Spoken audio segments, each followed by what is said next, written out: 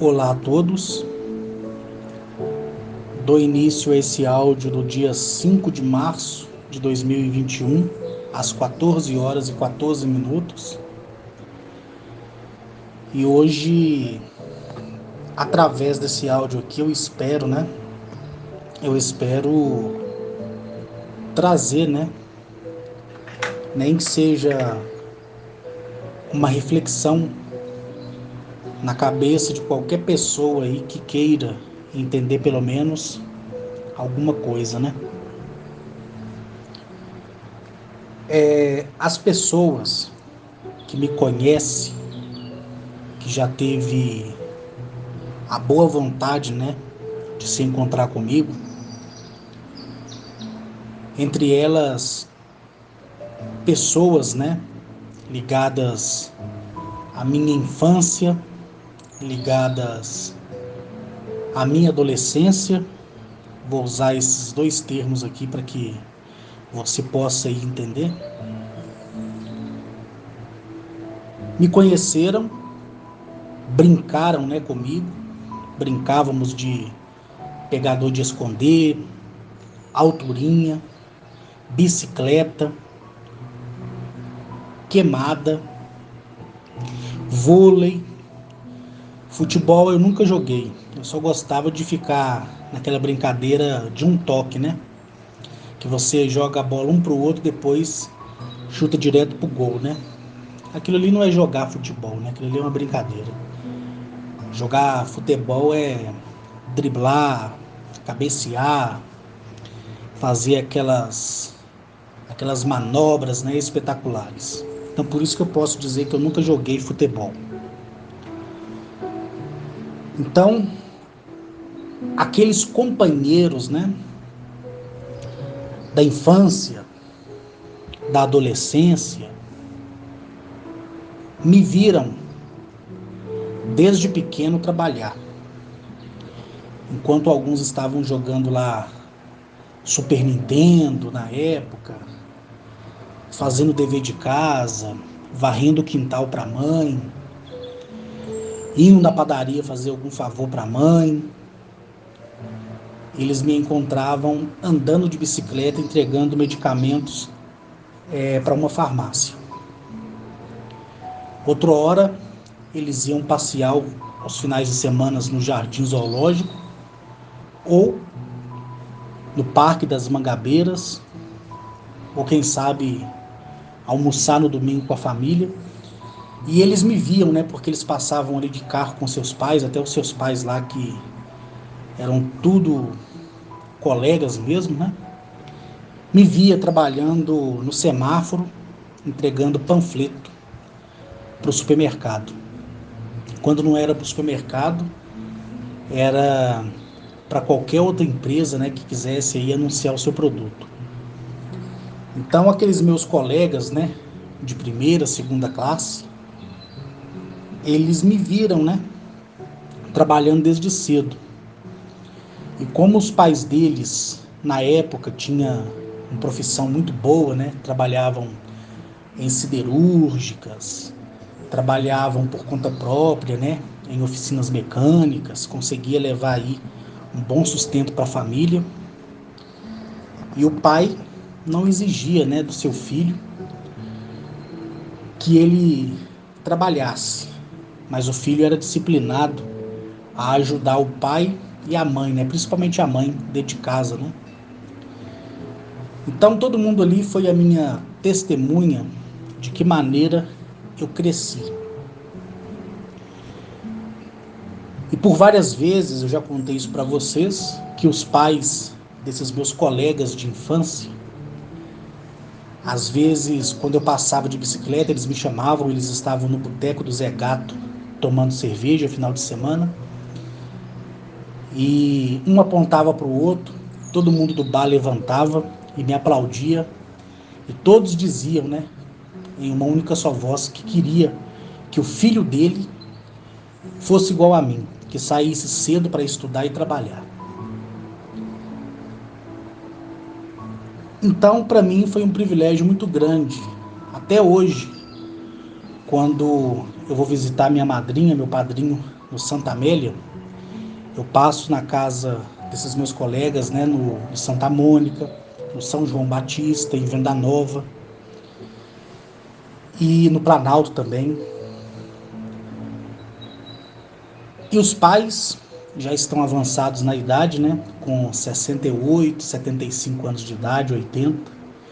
Alguns estão até com 90 anos de idade. E quando eu chego lá, eles me abraçam, me beijam, tanto eles como a esposa também, né? E aqueles colegas, né, que se tornaram homem, com as suas esposas, seus filhos, quando sabem que eu vou visitar os pais, né, fazem questão de fazer uma festa, né, para me receber. Então essas pessoas são as minhas maiores testemunhas.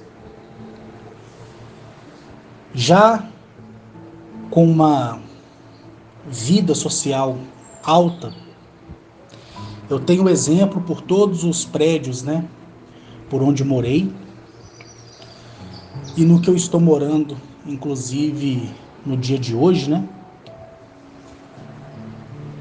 Todos os moradores ali são de alto poder aquisitivo, assim como eu, mas eles vieram, né, de um berço de ouro, e ouro mesmo, não é metáfora não. E eu vim através do prêmio da loteria. E nas reuniões, a maioria das madames, né, elas se maqueiam, se vestem com roupas, né, muito finas, para simplesmente descer para uma reunião de condomínio, para ser discutido o aumento de condomínio ou o que se deseja fazer com aquele funcionário do condomínio, né? Quem mora em condomínio sabe do que eu estou dizendo, porque a regra sempre é a mesma, né? Reunião, ata, conselho, síndico e subsíndico. E teve um tempo aí atrás que eu repeti a mesma dose que eu sempre repeti por várias vezes nos outros condomínios que eu passei, que é quando acontecia o imprevisto, né, do porteiro substituto do porteiro do dia não ir trabalhar por consequência de uma falta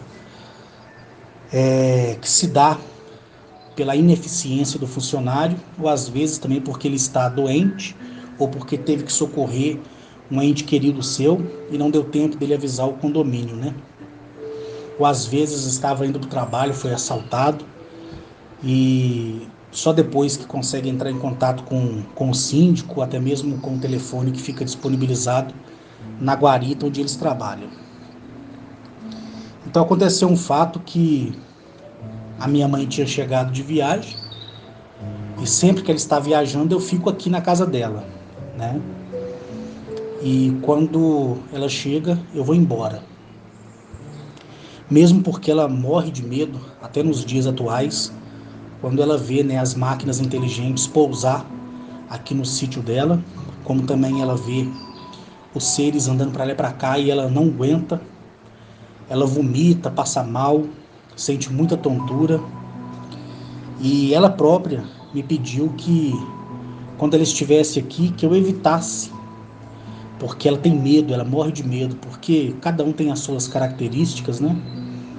E por mais que um dia a minha mãe tenha visto, né, a Guinachete, ela não suportou, desmaiou, mas para os outros homens e mulheres do espaço que vêm aqui, ou às vezes quando eu estou lá em casa e ele está me visitando lá, eles chegam e ela vê eles em carne e osso, ela passa também muito mal, porque ela morre de medo. Porque não é fácil, né? Você estar na presença daquilo que é desconhecido.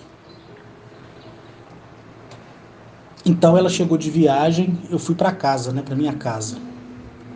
Ela me emprestou o carro dela, porque eu tinha comprado um Tesla, né? Como todo mundo aí já sabe. Alguns até viram por fotos e vídeos que eu mesmo fiz. Depois eu vou disponibilizar para as outras pessoas também lá na garagem do condomínio. E ela me emprestou o carro dela, porque vim aqui para a região de Mateus Leme com esse tipo de carro elétrico, né? Que tem um perfil muito baixo. corre o risco, né, de danificar a bateria que faz parte do assoalho do carro. Todo o piso ali do carro é a bateria do carro.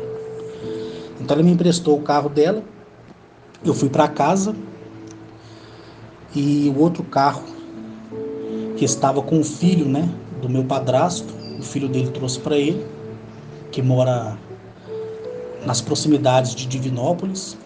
E quando eu cheguei lá em casa, já era 19 horas e 15 minutos e eu vi o porteiro lá na portaria, né?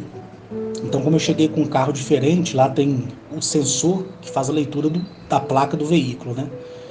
E aí abre o primeiro portão. A gente entra e fica preso numa gaiola. Aí só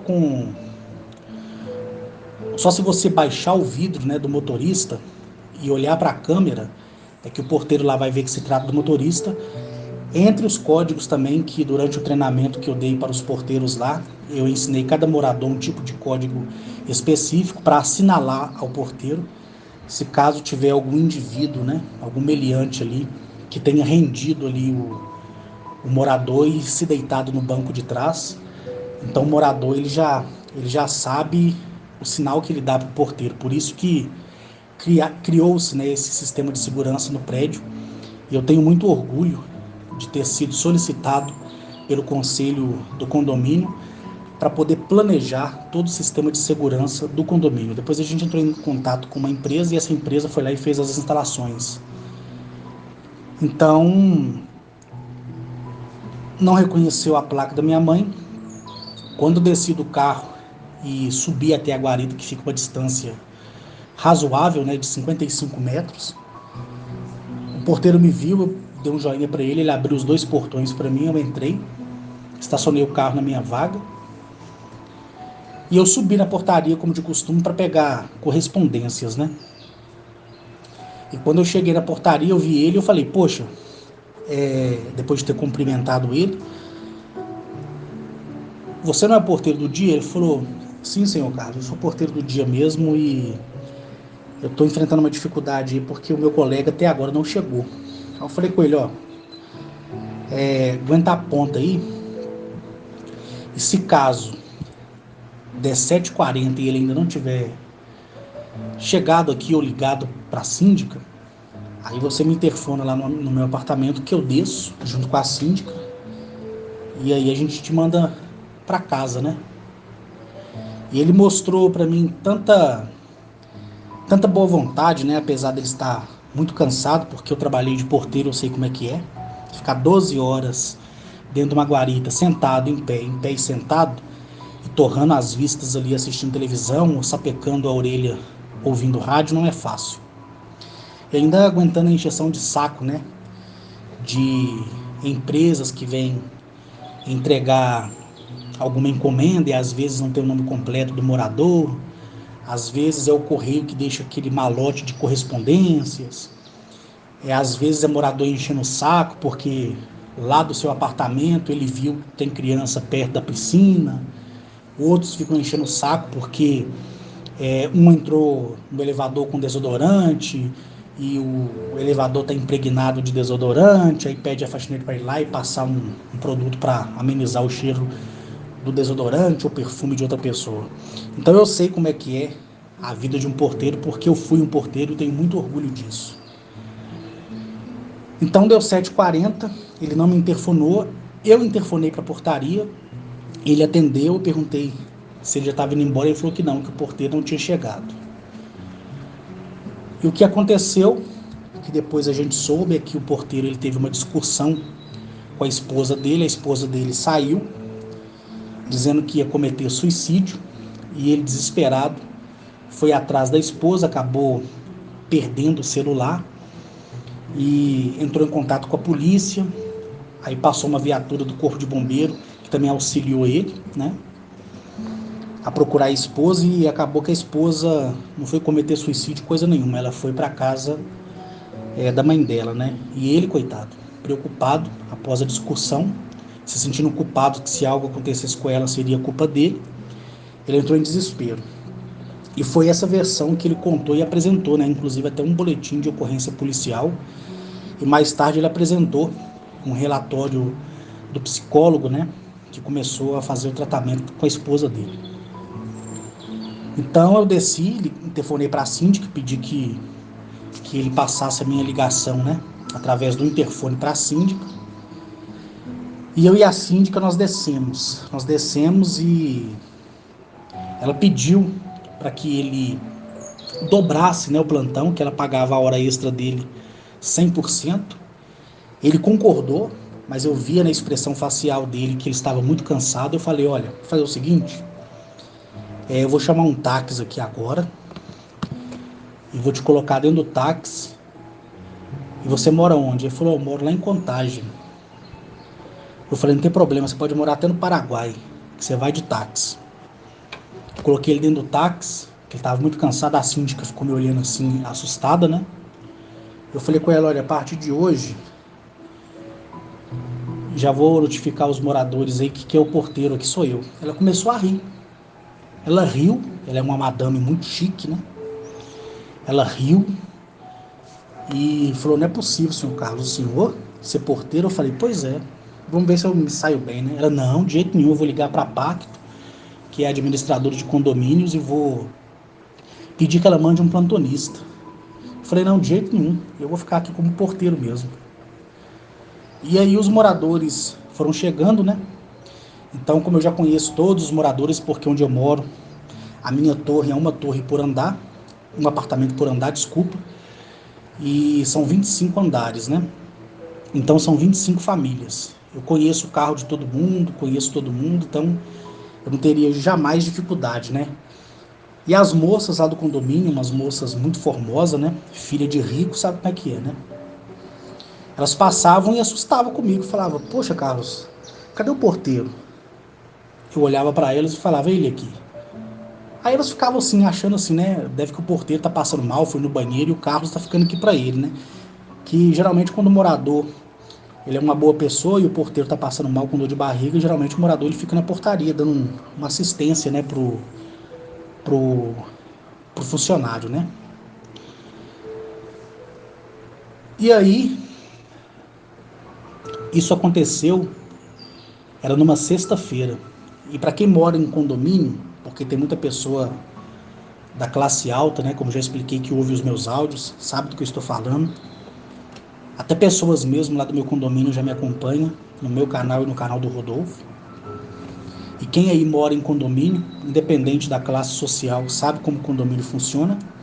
E geralmente na sexta-feira as pessoas saem, né, para festa, para balada, para casa de amigos, e chega 2 horas, 3 horas da manhã. Então, quando eu exercia a função de porteiro, eu quase que entrava em desespero, porque de sexta para sábado, ou de sábado para domingo, são os dias que são inimigos de qualquer porteiro. Ele não consegue pregar o olho. Já segundo, domingo, né? Domingo, segunda, terça, quarta e quinta, o porteiro até ronca na portaria, como eu já peguei várias vezes, né? Porteiro roncando na portaria. Não me incomodo com isso, né? É um ser humano. Ninguém consegue ficar sozinho a noite inteira acordado. Você consegue ficar quando tem uma pessoa ali conversando com você, mas sozinho. Então aquele porteiro que fala que não prega o olho à noite é o maior mentiroso que o mundo pode conceber, né? Às vezes, quando ele não dorme ali na portaria, ele corre pro banheiro e dá um cochilo no banheiro. Quando ele escuta o carro buzinando, aí o morador vê que ele já tá vindo do banheiro, então nunca vai achar que ele tava lá e dormindo no banheiro. Então eu sei como é que funciona essa classe, né, da qual eu pertenci, e sei como é que funciona a malandragem na portaria, né?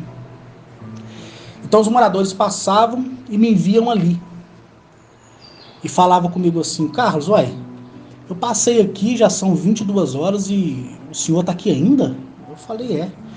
E não teve um morador que não parou e ficou conversando. Aí as moças chegaram embriagadas, né? Antes delas levarem a mão no portão, já abri o portão, fui lá. Elas olharam para mim e falaram, poxa, Carlos, você realmente está aqui na portaria? Como é que é? O que aconteceu com o porteiro? Eu falava, aconteceu que a gente não conseguiu localizar ele. E o outro porteiro cumpriu as 12 horas de jornada. E eu já fui um porteiro também. E não me incomodo jamais de atender, né, o meu próprio lar, né? porque lá é o meu lar, não é verdade? Aí elas falaram comigo assim: poxa, Carlos, o senhor foi porteiro? Eu falei: fui. Fui e estou sendo, né? Aqui nesse momento. E algumas choravam, dizendo que queria saber mais da minha história, né? Elas faziam questão, isso era 2 horas da manhã. Elas subiam, tomavam banho, um café forte, descia já mais lúcida, sentava e ficava batendo papo comigo. Não teve um morador que não desceu para me ver exercendo a função de porteiro.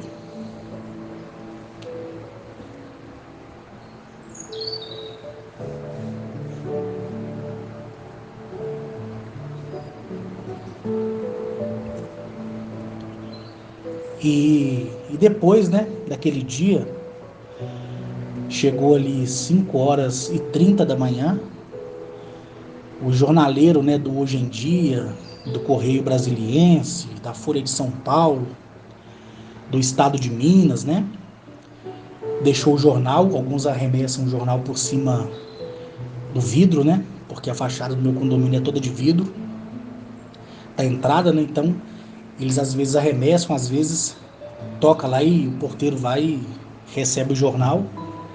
Ele não tem acesso de subir nos andares, né, deixando o jornal, porque cada elevador lá de onde eu moro para dentro da sala da gente, né?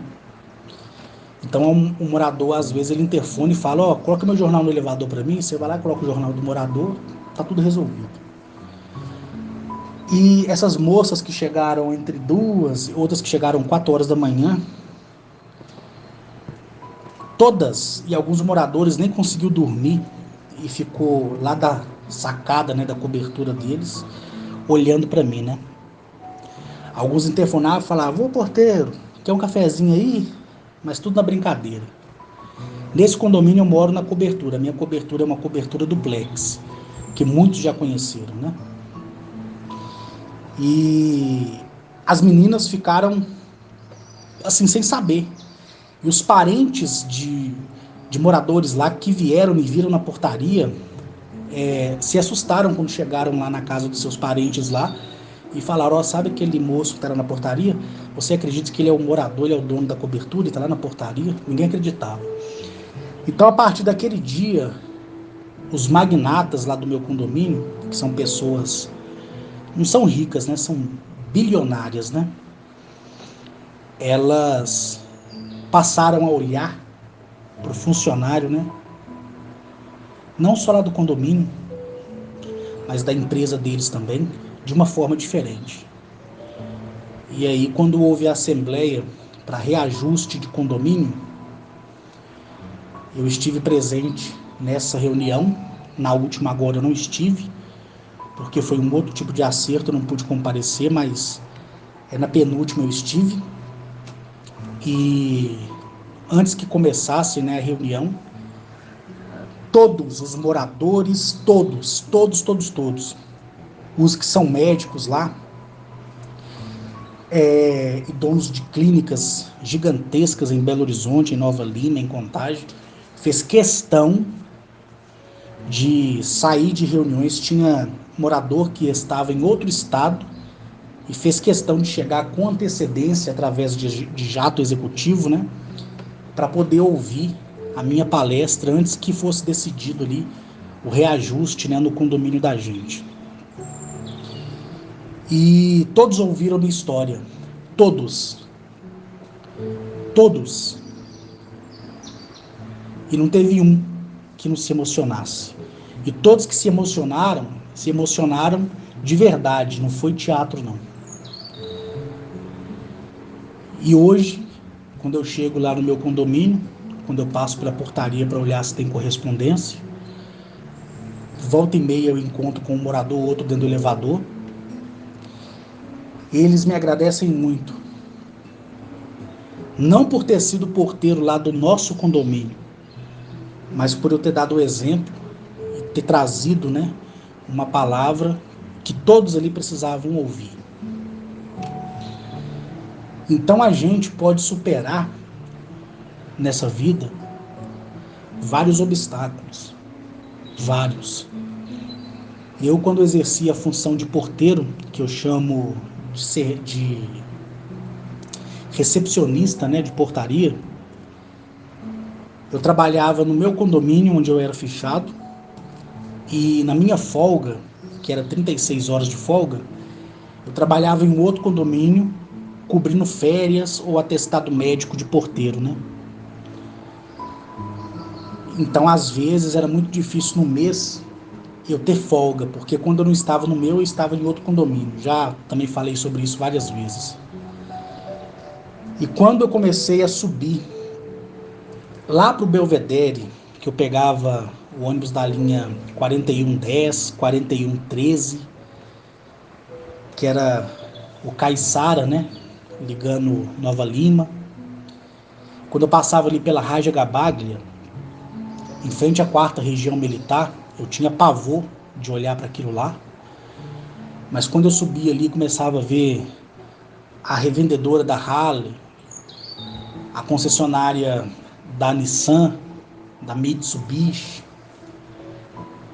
as concessionárias de carros importados, né, como Lamborghini, Ferrari, que é uma empresa que ela trabalha para você na aquisição de carros, né, importados, né? Você faz a encomenda, espera um tempo, aí seu carro chega, né? Carro que não tem concessionária fixa no Brasil, que são carros importados, né, como Rolls-Royce e outras marcas aí, Lexus e outras aí.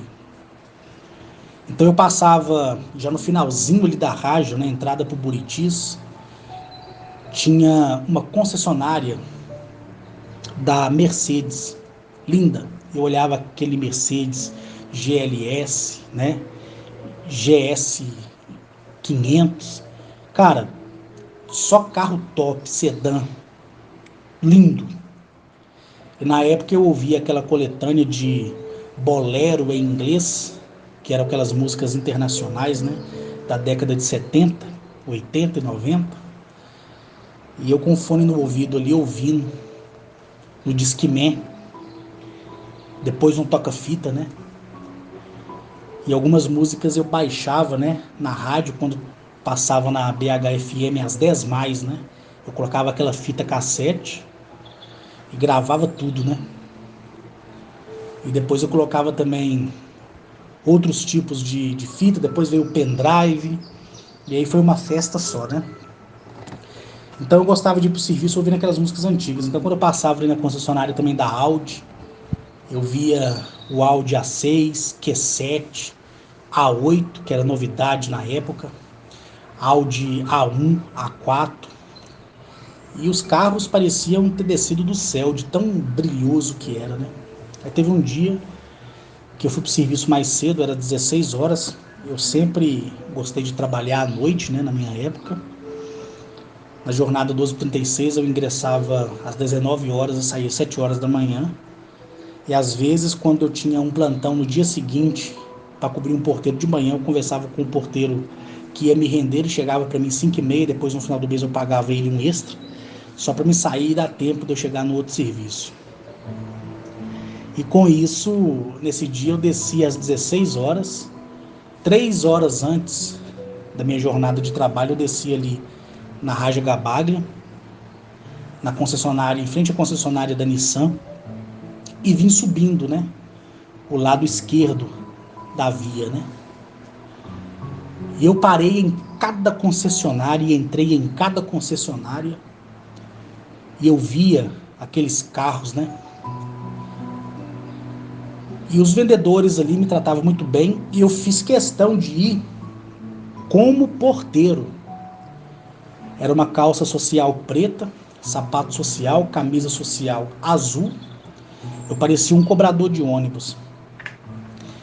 E com a bolsinha com o nome do condomínio na mão. Do condomínio onde eu trabalhava.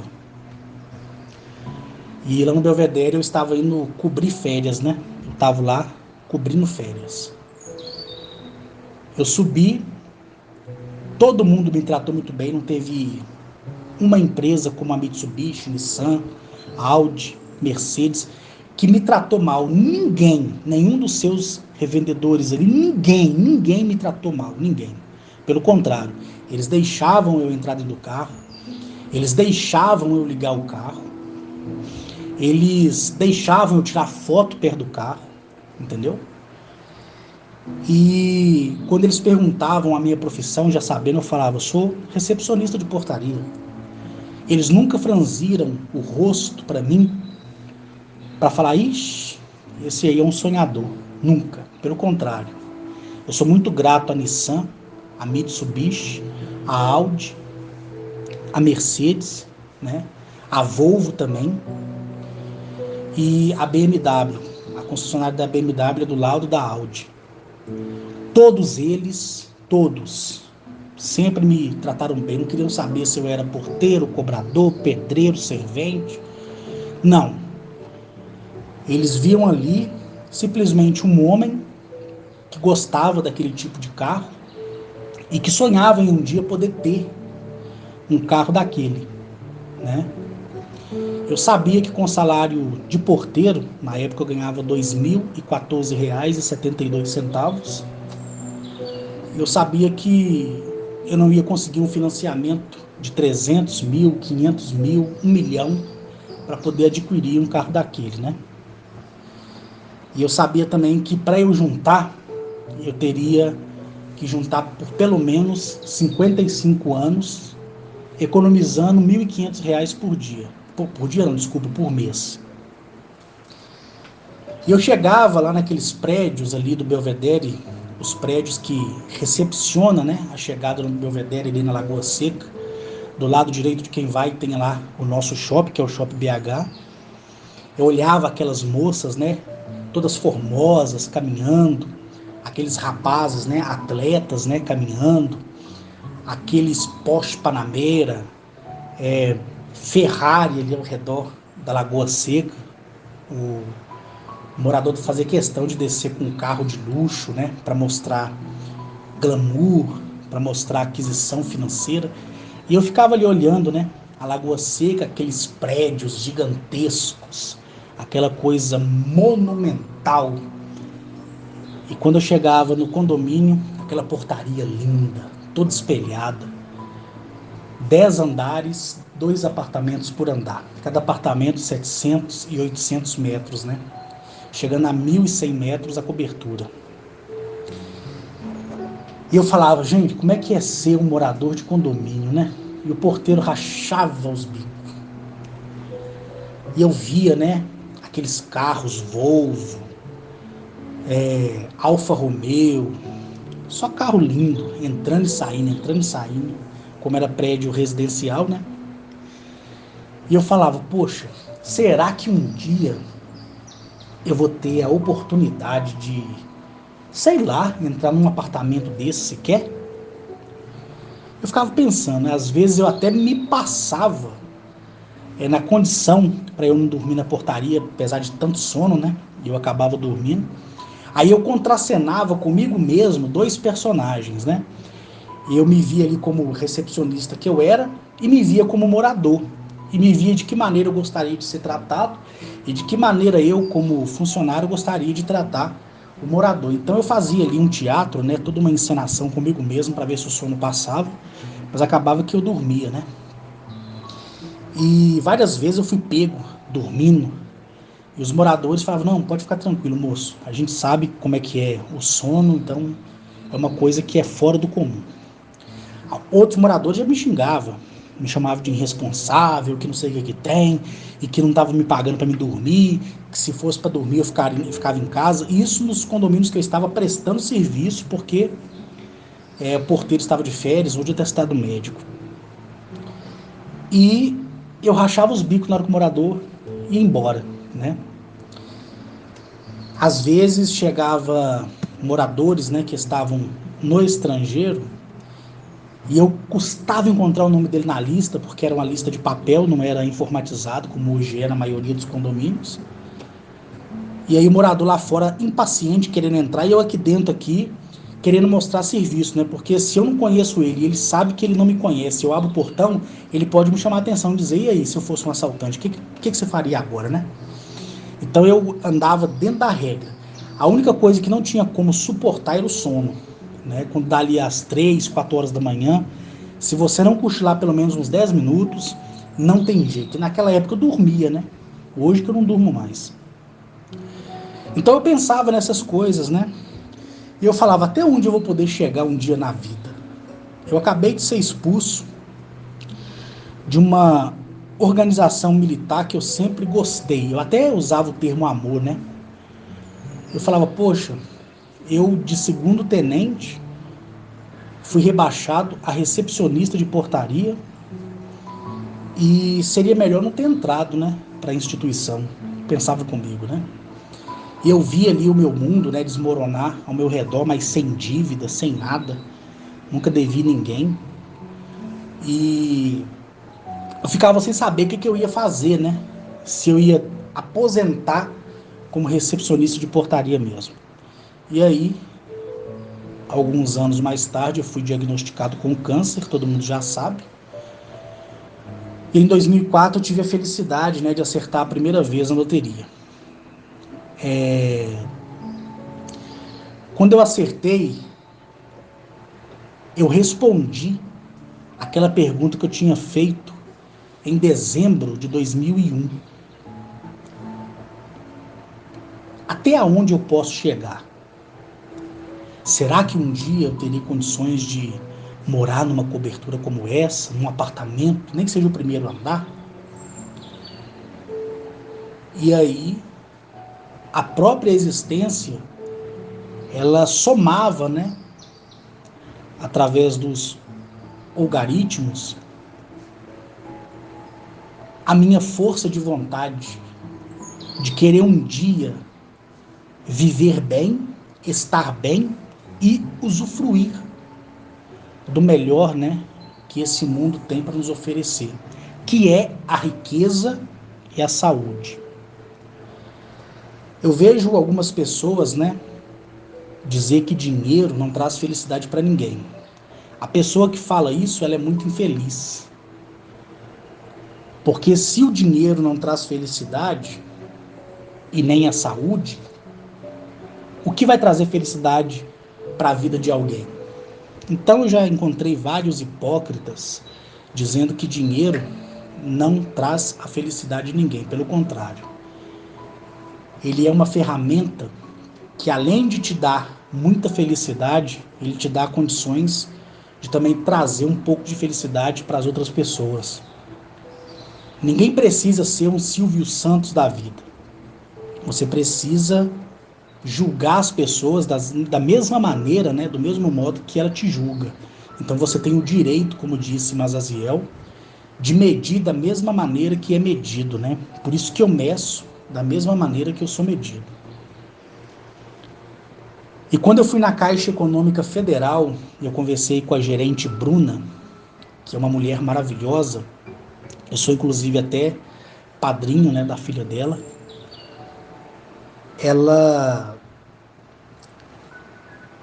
olhou para mim e falou comigo assim: "Você já sabe o que vai fazer com esse dinheiro?" Eu falei: "Olha, eu tenho uma conta corrente aqui na Caixa e uma conta poupança, né? Que a Caixa Econômica, ela sempre teve ou uma conta poupança ou uma conta corrente, né? Aí você tinha que andar com dois cartões, o da poupança e o da conta corrente. Então, como ele é um banco federal popular, ele foi criado para a população, para o povão mesmo, né? Diferentemente da operação realizada no Banco do Brasil, que já não é um banco de povão, é um banco de pessoas que têm um salário um pouquinho melhor. E hoje entrou a modalidade, né, estilo no Banco do Brasil, que é exclusividade para quem tem um ganho acima de 10 mil por mês. E para aqueles clientes que é mais antigos, né, e que receberam um convite de trocar a modalidade do atendimento, né, que a gente chama de atendimento varejo, né, para atendimento personalizado, mesmo ganhando 4 mil, 5 mil por mês, recebeu essa carta de convite, né? Eu tenho que falar isso porque alguém aí pode falar, poxa, eu ganho 6 mil e sou cliente estilo, né? Mas hoje, para você ser um cliente estilo, você tem que ter movimentação superior a 10 mil reais por mês. E olhe lá se não aumentou, né? Então, eu falei, olha, eu quero um valor X, eu quero 90% na minha poupança. Aí eu já tinha um dinheiro na poupança. A gente fez uma soma só do que iria ficar na poupança para ficar um número inteiro, né? Um número arredondado inteiro. E eu deixei milhões e milhões na poupança, sem um centavo a mais, nem um centavo a menos para ser fração, né? Foi o número inteiro. Eu vou dar aqui um exemplo aqui, tá? Só um exemplo. 100 milhões redondos, não foi 999.999 reais e 99 centavos, não. 100 milhões, estou dando aqui um exemplo. Não estou dizendo que eu ganhei em 2004 100 milhões, nada a ver, tá? E aquela parte que sobrou, eu deixei disponível na conta corrente. Aí na mesma hora, eu me tornei um cliente FX. Você nunca vai ouvir isso na Caixa Econômica Federal, mas se você trabalha na Caixa Econômica Federal e me ouve, ou você tem uma esposa que é gerente da Caixa Econômica Federal, pergunta para ela assim: ô amor, o que é um cliente FX na Caixa? Se ela souber, e acredito que ela vai saber, são aqueles clientes de alta renda, mas como a Caixa Econômica é um banco do povão, ela por enquanto não fez uma separação de cliente VIP para cliente varejo. Mas dentro da Caixa, os gerentes, né, principalmente os que tratam de investimentos, não os que fazem abertura de conta, né, mas aqueles gerentes que tratam de investimentos, eles sabem o que é um cliente FX. Você nunca vai ver um cartão da Caixa Econômica escrito FX, mas é um cliente especial, considerado entre os gerentes da Caixa como cliente especial. FX, tá? E na mesma hora ela me considerou, ela falou: olha, a partir de hoje, Carlos, você será um cliente FX, mas isso não vai constar no seu cartão nem nada, mas você tem aqui já uma carta de crédito gigantesca no banco, mesmo porque você recebe o seu salário de porteiro aqui, como é que vai ficar isso agora? Eu falei: olha, eu vou continuar sendo porteiro. Ela quase engasgou com a água que ela estava tomando. Ela falou: o quê? Eu falei: isso mesmo, eu vou continuar sendo porteiro. Ela: poxa, mas você não foi afastado, tal? Eu falei: não tem problema, agora eu vou lá no INSS, vou devolver essa aposentadoria do INSS, porque tem muita gente que precisa e eu não preciso mais, né? Agora eu não preciso. Então, quando você faz o recebimento do prêmio, você que me ouve e que eu tenho certeza que vai ganhar na loteria, pode ter certeza disso, quando você for, você entrega somente a cópia, frente e verso, do seu bilhete, do qual você apostou. Se você fizer a aposta na casa lotérica e você ganhar, vou dar aqui um exemplo aqui. Você fez a aposta lá hoje e amanhã, sábado, concorre o concurso da Mega Sena, né? Que todo mundo sabe, é quarta e sábado. Aí você ganhou lá, um exemplo, 70 milhões de reais. Pega o bilhete, coloca ele dentro de um livro e esconde esse livro. Se você não tiver uma impressora que escane, hoje os celulares têm essa modalidade, né, de fazer o scanner, né, de um documento e você manda via Bluetooth ou por e-mail mesmo e você imprime. Pede dinheiro emprestado com seu vizinho, vai lá e pega o cheque especial no banco. O banco só pode cobrar juros depois de 10 dias, então você vai estar dentro da lei Asto. E compra uma impressora, instala ela bonitinho na sua casa e imprima o comprovante. Frente e verso. E da sua identidade civil, frente e verso. Melhor ainda se nela constar o CPF como a CNH, melhor ainda. Vai até a Caixa Econômica Federal, na maior tranquilidade, e fala assim: eu quero fazer... Se você não tiver conta na Caixa Econômica, você fala assim: eu quero fazer uma abertura de conta e fazer um investimento X. Fala lá um investimento de 5 mil reais. Quando você receber a senha e que a gerente lá de abertura de contas for te atender, no meu caso é porque eu já conhecia a Bruna, né? Você chega e fala assim, vou dar um nome aqui fictício, Sara, na verdade, eu fui o último contemplado na loteria. Na mesma hora ela vai levantar, pedir para você aguardar, ela vai entrar em contato com a gerente geral da agência, você vai para a sala da gerente geral, lá você vai apresentar o original da sua identidade ou da sua CNH e você vai mostrar só o comprovante em Xerox. Ela vai escanear aquilo ali, vai ver que você é o ganhador.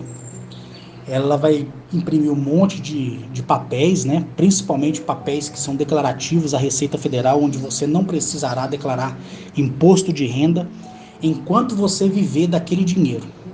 Você só precisa declarar se você depois adquirir uma empresa por consequência do seu dinheiro. Mas se você colocar ele na poupança e viver só do rendimento, nunca mais você vai precisar gastar um centavo com a Receita Federal, porque os ganhadores de loteria, eles são protegidos por lei. Existe uma norma, eu só não vou saber falar a lei aqui agora, mas na época ela falou comigo, né?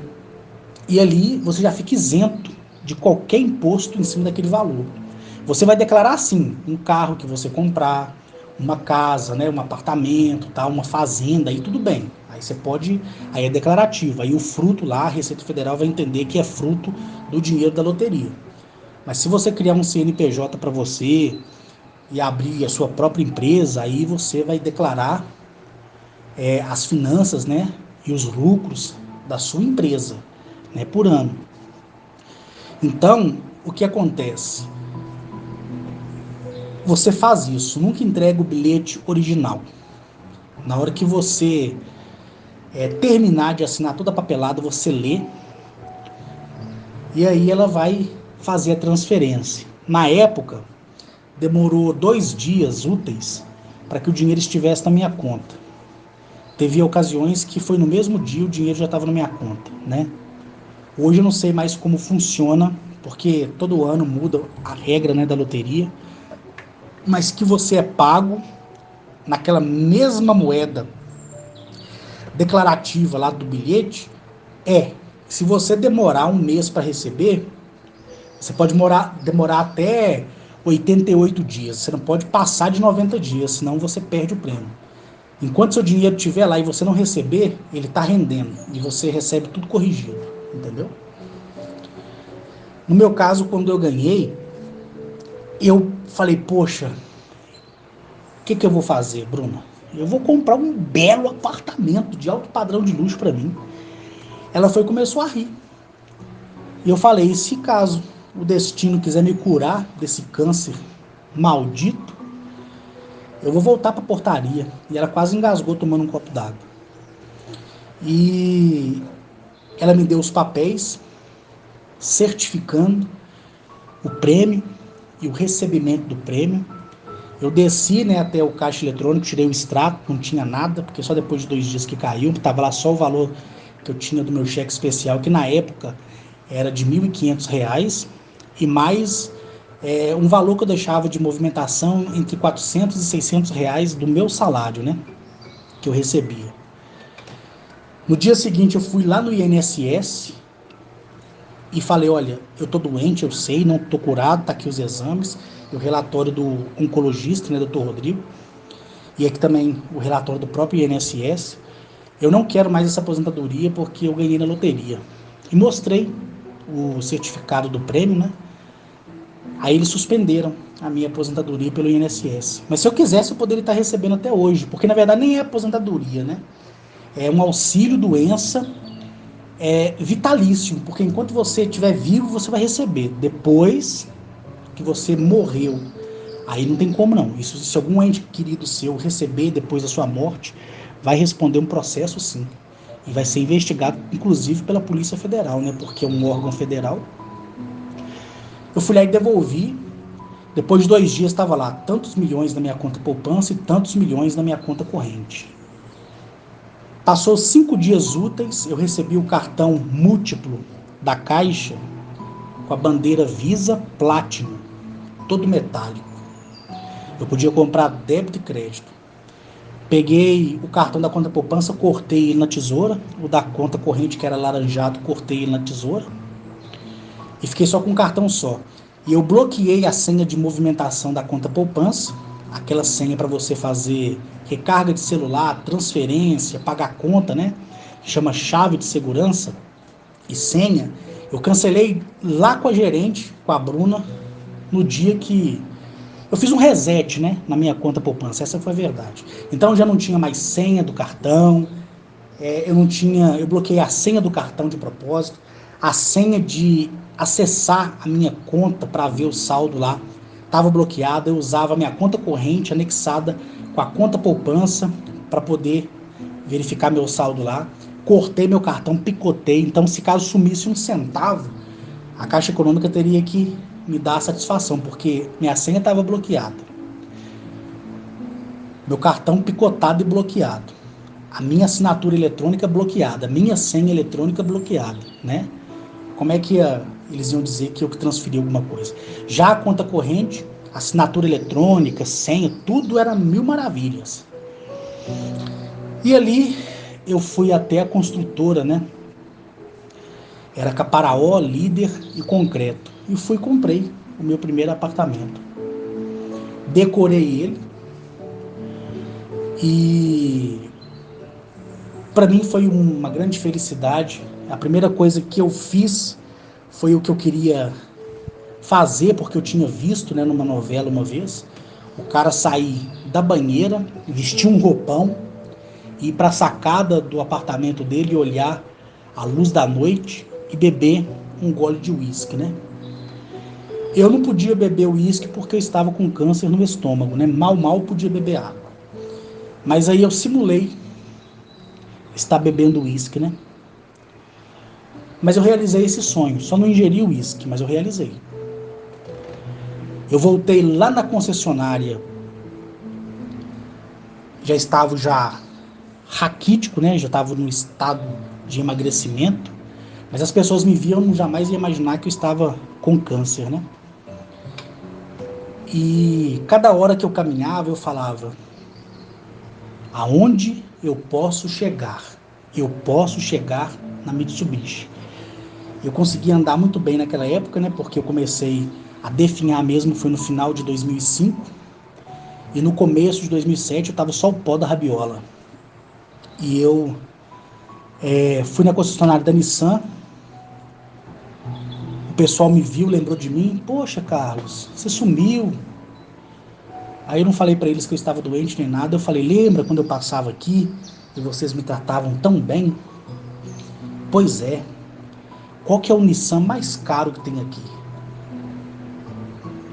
Aí eles me mostravam, né? Aí eu falava: eu quero esse carro. Eles ficavam assim, sem saber. Eu falava: olha, eu ganhei na loteria. O pessoal ficou emocionado, né? Eu comprei no mesmo dia o melhor carro da Nissan, o melhor carro da Mitsubishi, o melhor carro da Mercedes. No outro dia eu voltei, comprei o da BMW, o da Volvo. E em todas as concessionárias que eu passei e que eu fui bem tratado, que nem eu já declarei aqui nesse áudio, eu comprei um carro, o mais top da concessionária. O meu prédio, ele tinha 5 vagas de garagem, 3 no pilar de cima e 2 no pilar de baixo, para quem morava na cobertura. Quem morava nos outros apartamentos tinha direito a 3 vagas só, porque quem mora na cobertura sempre tem direito a mais vagas, né? É uma norma. Coloquei os carros, algum morador que não tinha carro ainda, eu aluguei a vaga deles para colocar os meus carros.